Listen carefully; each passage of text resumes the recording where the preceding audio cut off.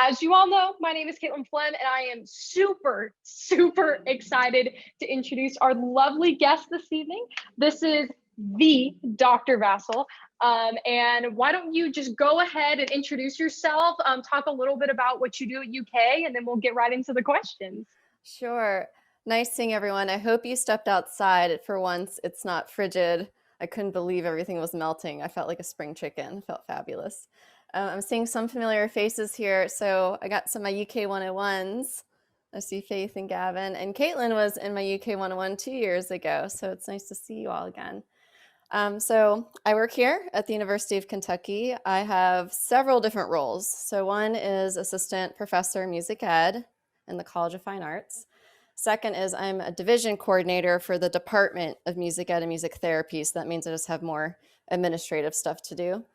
And then third, I run a summer program at the College of Fine Arts. So it's the music education summer training, and we do Orff, Dalcroze, and modern band training in the summer. And part-time, I actually still work with kids. So I work 1 day a week at Lexington Montessori School, and I'm the pre-K through 6 music teacher.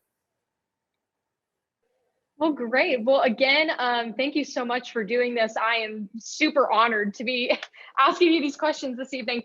So just to start off, as a child, what was your all-time dream job? So it changed a bunch, and I'm sure, I don't know, some of you might resonate with that. Some of you might have known your entire lives. I wanted to be an archaeologist first. I love dinosaurs. And then I wanted to be a model because I had really long hair, and my mom took me to those, they had these things at the mall in the 90s where you'd go. And I was like the shyest child. I don't know why they took me there, but because my hair was long, she thought that was a good idea. Then I wanted to be a horseback rider because I've been riding horses since I was 7, so I took lessons for 7 years. Then I wanted to be an astronomer. I got way into the planets and thought it was so cool. And then finally, I actually found an old journal entry when I was in middle school. I finally, for the first time, wrote music teacher. So in the end, I finally got there. That's awesome. So going off of that a little bit, what is your background and educational experience, and how did you get to UK? Yeah, great question. So I'm actually a first-generation American. My parents immigrated here in 1980 from Slovakia.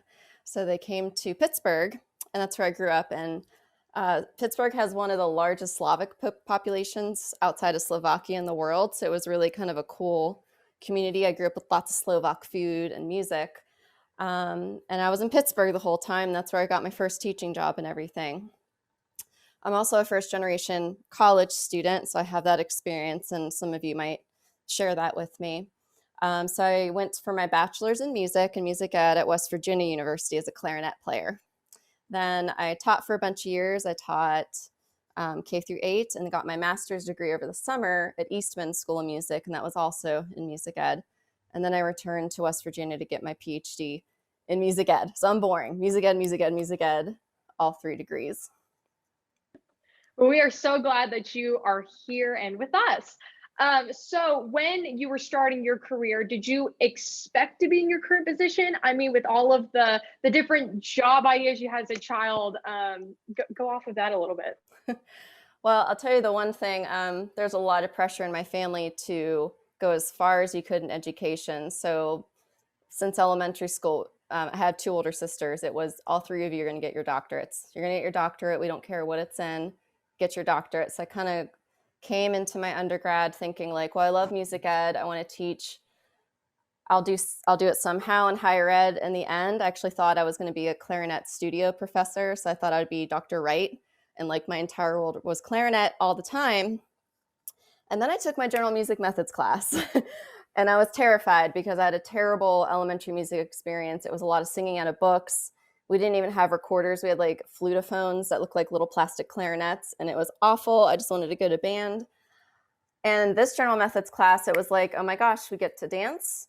I get to like bring in different cultures. I get to bring in children's books. And I fell in love with general music. I was echoing, muted real quick to fix it. And where was I going with that? Oh, yeah. So then I started to teach general music. I got a job in that. And I was still really into world music. And I actually thought I would become an ethnomusicologist. I thought I'd do that in higher ed. It didn't pan out for me. I applied to some programs. I wasn't the right fit. And then I thought, well, I'll keep going with music ed. And it was right around my master's degree that I wrote a thesis. I did research on my own band kids. I wanted to know, why did they join and stay in band? I was teaching general music and band. And I was like, ooh, I like this research thing. I'm kind of good at it. I'm kind of good at writing. And then I thought, what would be a good job that blends all of that? My love of general music, my love of writing. And my mentor was a general music methods professor. And I thought, I think that's going to be it. So I was in my 20s by the time I kind of honed in. And then I really went full force during my PhD, shadowing my mentor, watching her teach general music methods. And then I applied for the job here, and that's got my dream job. Can't believe it. So you mentioned earlier that you kind of wear multiple different hats at UK. So if you had to talk about a typical day for you, either pre-COVID or now, what does a typical day look like for you? That's really a hard question. It's really different every day, but it's a mix of teaching, of writing, of service. So like organizing things or having meetings or doing emails. And I really get to craft each day the way I want, except the teaching, like the teaching set in place. So let's say, for example, today, I went to the Montessori school from 8 to noon. I came home. Actually, I answered emails starting at 6 a.m. because I get up really early. I never used to be like that, everybody.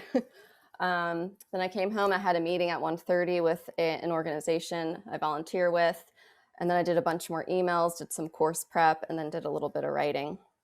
So it fits my personality really well. I loved teaching kids full time, but I'm a bit of an introvert. Like I had to learn how to turn it on.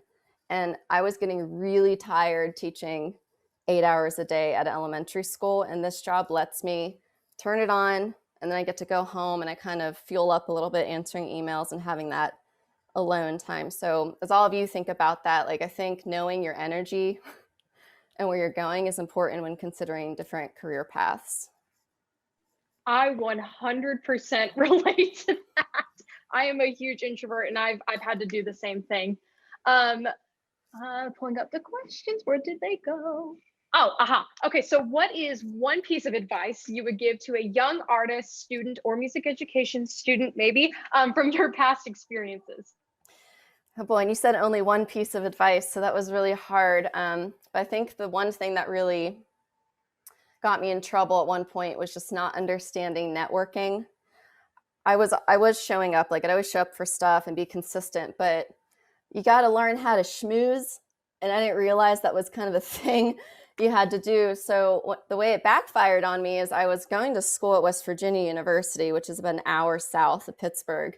And I wasn't connecting enough to the Pittsburgh, Pennsylvania community. Like I wasn't going to the Pennsylvania Music Educators Association. So when I moved back to Pittsburgh, I was at the top of my class and I wasn't getting a job. I couldn't even get job interviews because nobody knew me. And then over time, I realized, oh, I need to go to the conference. I need to go to workshops. I need to show up for lectures and stuff like that. So as much as you guys can, if you're in music, going to KMEA, whatever your organization is for your career choice, start showing up because people then remember you when a job opening comes. That is a great piece of advice.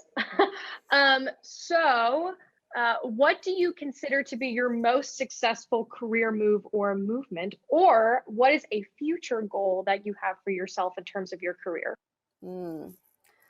Well, getting the job here, to be quite honest. I still remember it takes about a year to be on the job market, at least for higher ed. And I'm pretty sure I applied to at least 15 different universities. And then they start scheduling you to come out. But UK was always at the top of my list because we are considered an R1 institution. So that's a research one. And that means if I get a job here, it would let me write and do the research part that I like. Other schools are more of like teaching institutions. So if you get hired there, you're just going to teach all day. And I knew, like I said before, I get drained. So I need the balance. UK also has a summer program. So I'm specially trained in an approach called Orff Schulwerk, and there was the opportunity to direct the summer program. And Orff means so much to me that I was just so excited to have the opportunity. Oh, if I can get this job, I have this extra piece of like helping other teachers the way Orff helped me. So this was a huge achievement for me. I wasn't even done with my degree yet. I hadn't graduated and they hired me. It's called ABD, all but dissertation. I was like, yeah. So, I mean, I knew I was qualified, but I prepared like crazy. I prepared talking through like all the possible questions. I called mentors and like did practice interviews, tried out my stuff like just at my house and my space to get the timing right. So, and I'm just so glad to be here because I love working here. I love working with students here. I think all of you are just fabulous. Oh, that's sweet. So what role does an artist like yourself or an educator like yourself play in our society? You know, and I like that the word artist was there because I don't think a lot of teachers think of themselves as artists, but I think we are. When you're creating lesson plans, when you're crafting experiences, there's a huge element of creativity in there. So I like that artist aspect of teaching. For myself, I see myself as a content creator and a supporter.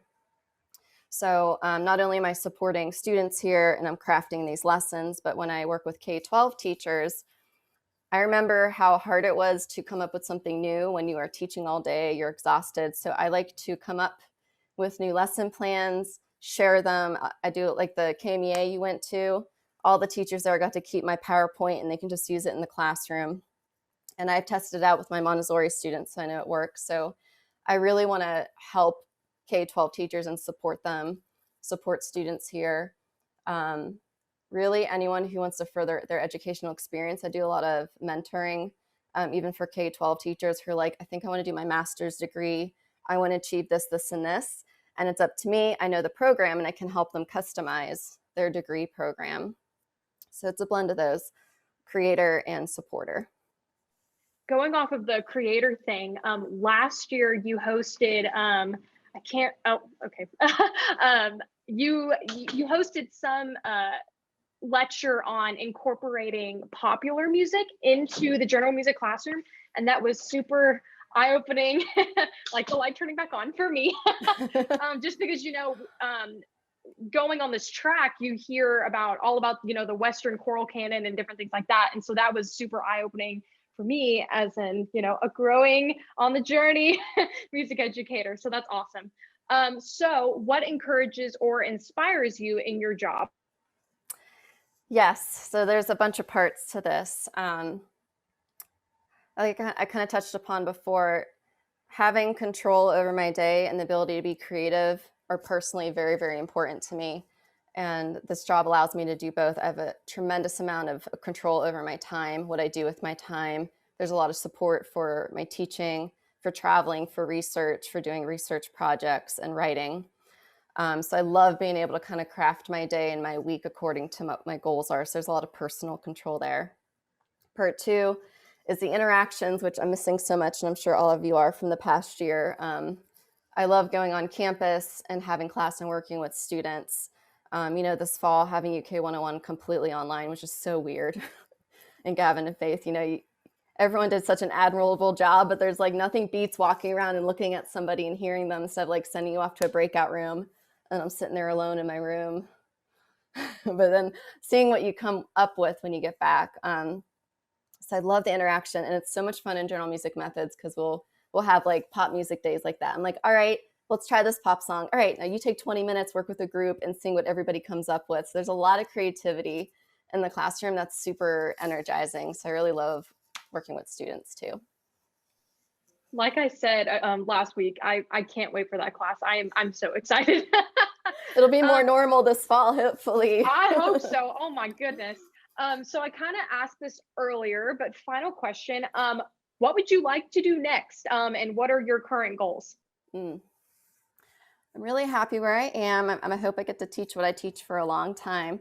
But I'm really organized. I'm good at organizing things and leadership. So I kind of fall into admin stuff. So I'm hoping to help the School of Music a bit more, whether like director of graduate studies or other administrative tasks that I can do, but still teach. And then like long-term goal, I want to be a dean, Shonda, a dean somewhere, but I want to have a good solid teaching career. And then when my hair is gray. Oh my goodness. Okay. Okay, so that is all of the questions I have. I'm going to open the floor for questions from you all. You can either unmute yourself or give me a little hand raise and I'll call on you. But does anyone have any questions to start off?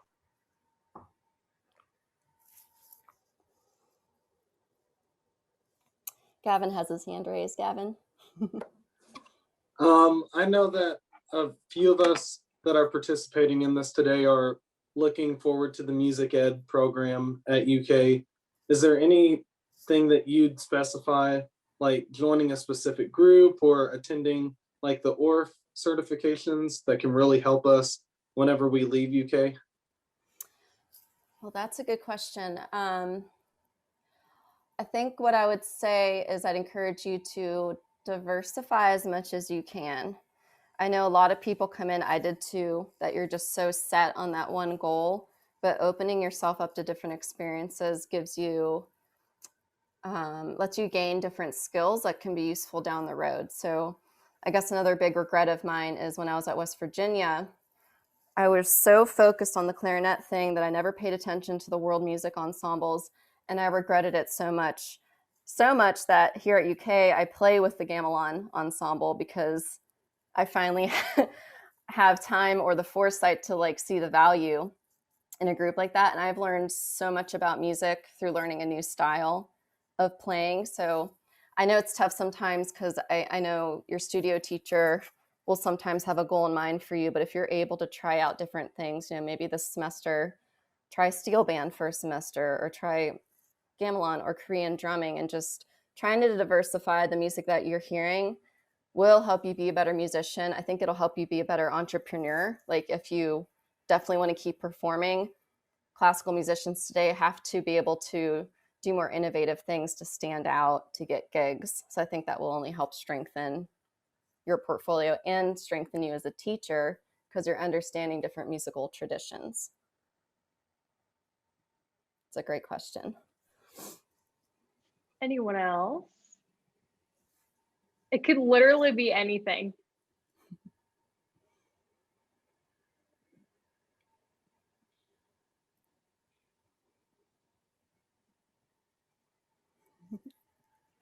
Okay, well, while we're paused, can I get a quick show of hands? How many people on this art talk are music ed, either instrumental or choral?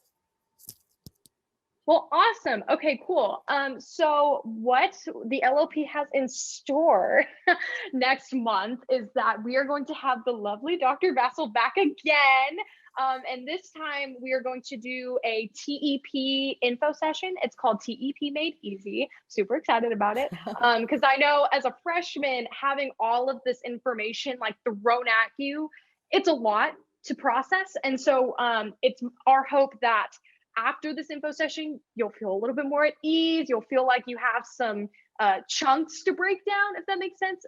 So that, when it gets time for you to apply, which is where I'm at right now, you won't feel as overwhelmed and you'll have a bit more, of a solid foundation going into this. It's not as bad as you think, like at all. Any other pressing questions? What are some of the other majors we have in here? Do we have some arts admin or like Mallory? What's your major? I'm actually just a BA in music because I want to do music therapy. That's wonderful. Yes. So I work a lot with Dr. Yinger and Dr. Rushki Hernandez, and well, that's great because it's just a graduate level program. I'm sure. Have you already spoken with them and had some communication? Yeah, I've met up with Dr. Yinger a couple times before, actually. That's wonderful. Oh, good, Mallory. Let's see. Is it Kaylee? I don't think I saw you raise your hand. What's your major?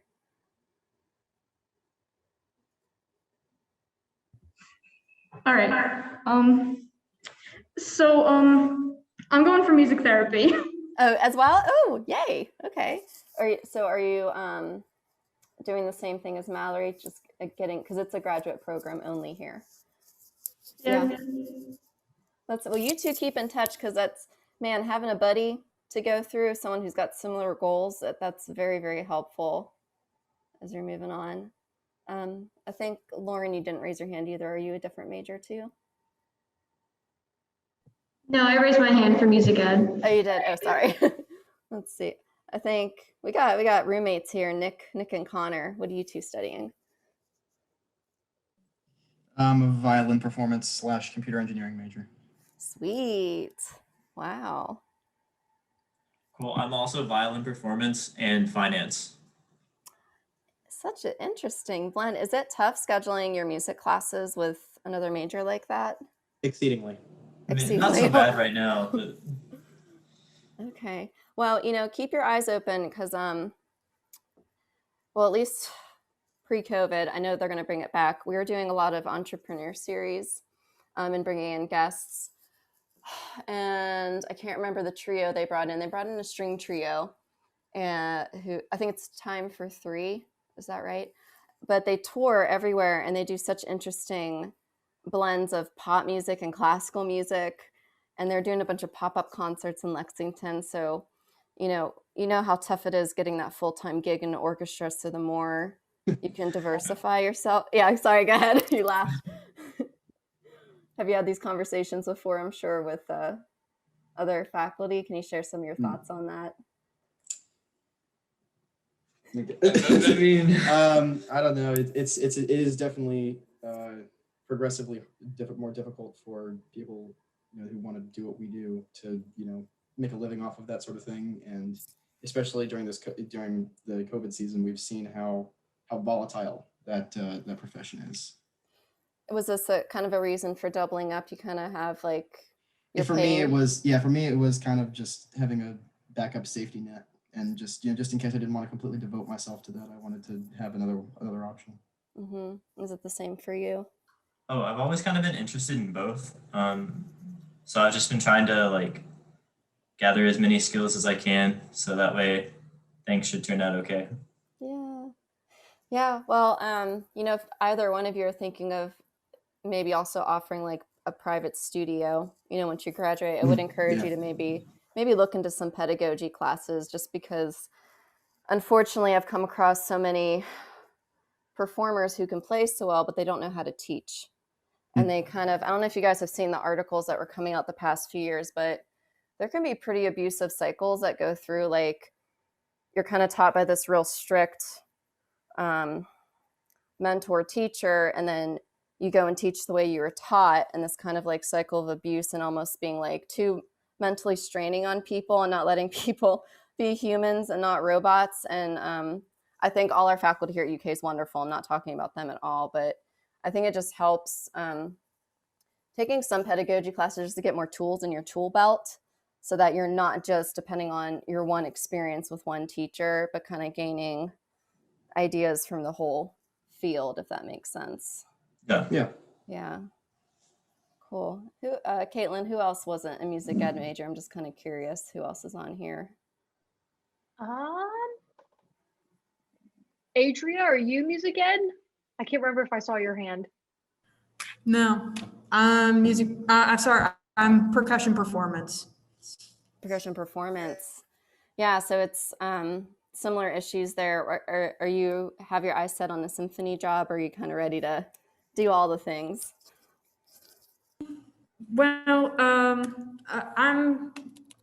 I really want to, have a job in like an orchestra of some kind. That would be fantastic.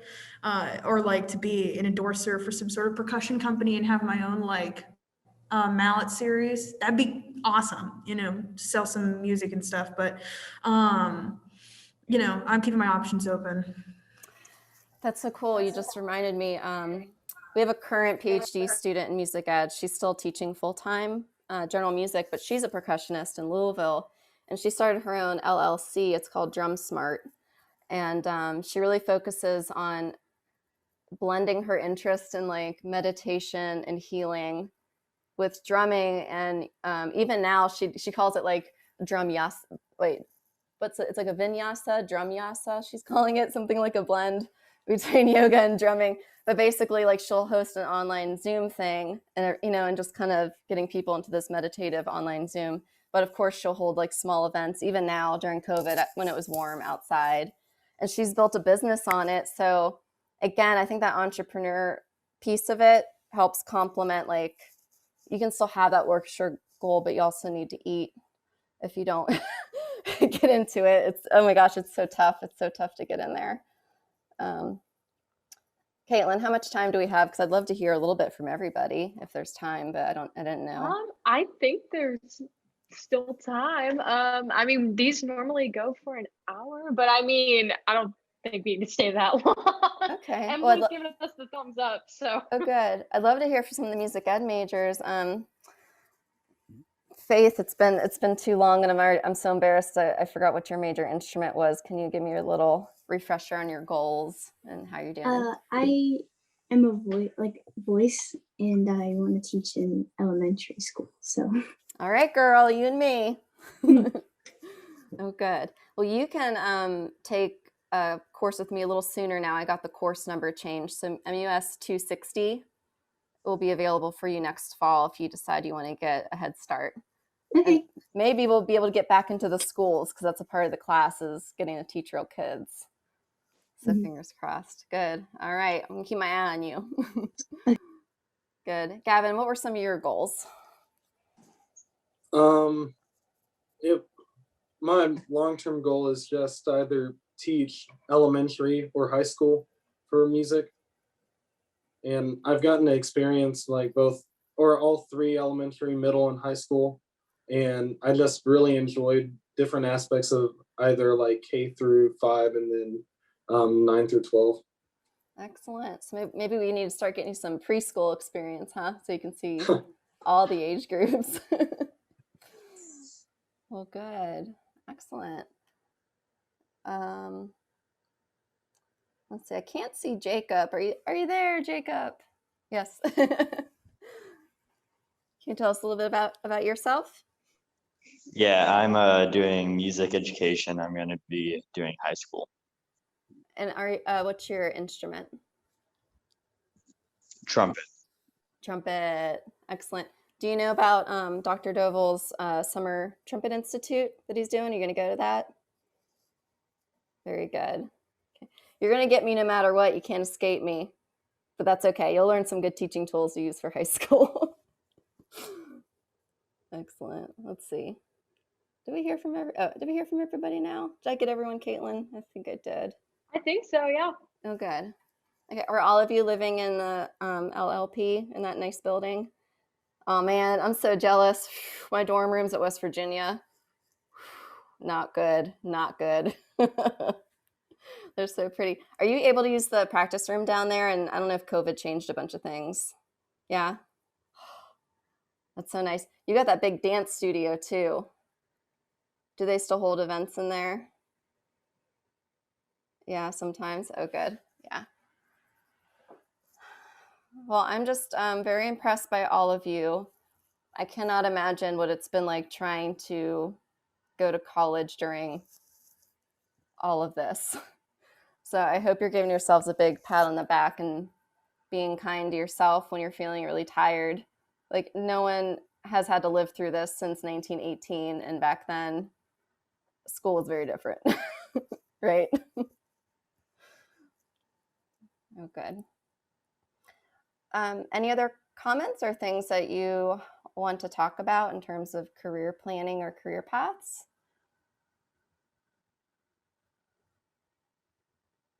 Okay. Well, great. Thanks for showing up. I know you probably got a ton of homework to do. Caitlin and Emily, thank you so much for inviting me. Yeah, thank you so much for doing this. I'm so happy and thankful to even have you on here. So, well, I guess you all are free to go. Mark your calendars in the next couple days. I don't remember when we're announcing the date for TEP Made Easy, but be on the lookout for that. It's going to hopefully be a very helpful resource to you. If you have any questions, you're more than welcome to send them in the LLP group chat as well. There are a lot of music ed peer mentors right now who are in the same boat. So we're more than welcome to answer all of your burning questions. Well, thank you all again for hopping on here on this very lovely Monday evening, and have a great rest of your week. Thank you to Dr. Vasil once again, and have a wonderful night, everyone.